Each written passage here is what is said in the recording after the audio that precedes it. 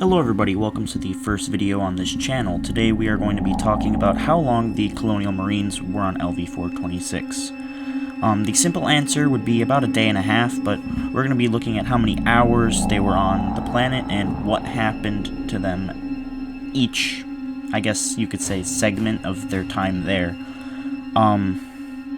So yeah, let's get into this. First, we need to know why exactly were they there.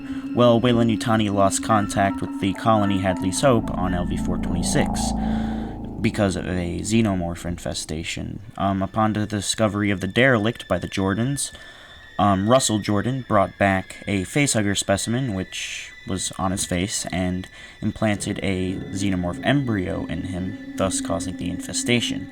Which leaves us to where we are now.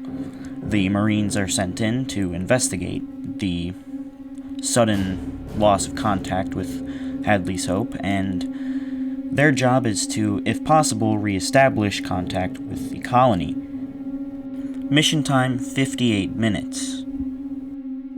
The Marines get onto the dropship. They prep and ready themselves for what is to come. None of them really know what to expect, but as soon as they reach the surface, they begin their sweep. During their sweep, they discover that there were signs of a final stand, and that there were acid burns through metal plating. They also found a donut and a hamster. They determined that the colony was safe and that they would be going in further. Mission time, 4 hours and 55 minutes. While searching for colonist PDTs, Private First Class William Hudson finds that they are in the atmosphere processing station, which results in the Marines going there. They are on sub-level 3, which is where they will eventually run into the Xenomorph Hive. The hive is located directly under the primary heat exchanger, meaning that armor-piercing rounds will cause damage, thus resulting in a thermonuclear explosion. They end up running into the hive, and they complain about it being hot, and Sergeant Apone tells them not to touch anything, which is, I'd say, valid in this situation. While investigating the hive, they find the bodies of colonists cocooned on the walls. Corporal Dietrich finds one surviving colonist, who begs her to kill them, but they don't know the gravity of the situation. This colonist would eventually give birth to a xenomorph specimen. Not even seconds after they find the colonist, the xenomorph is born. In response to this, the Marines step back and burn the colonist's corpse and the live xenomorph. This triggers a widespread response from the hive that will inevitably kill several Marines and take Apone and Dietrich. Private First Class William Hudson begins getting motion on his tracker. The Marines, in response, flip onto infrared, but that doesn't do them any good. The xenomorphs are completely immune to infrared vision. Armed with only flame units, small arms, and close-quarter weapons because of their location, the Marines have a very slim chance of survival.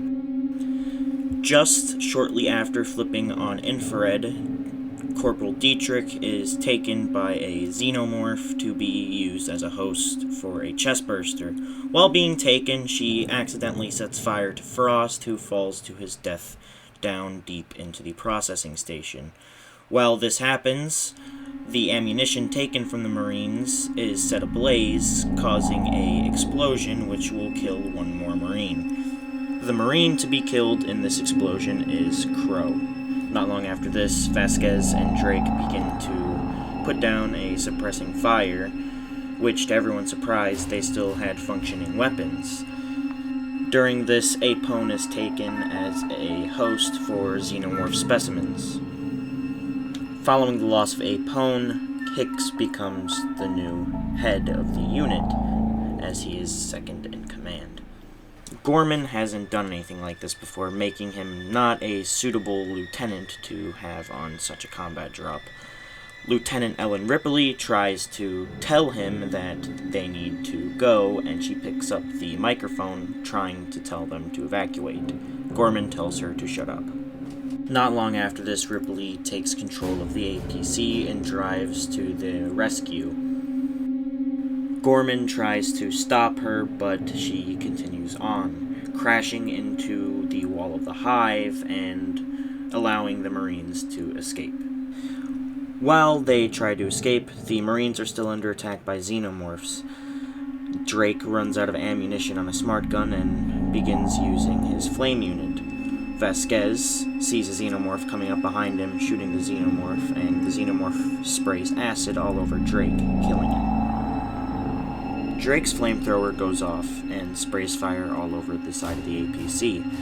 In response, Vasquez yells no, and Hicks tries to hold her back so she doesn't go out to try and get him. Gorman and Burke spray fire extinguishers on the fire to put it out, and they try to close the door, but a xenomorph manages to pry the door open. This results in Hicks putting a shotgun in the xenomorph's mouth and killing it. This sprays acid all over Hudson's arm.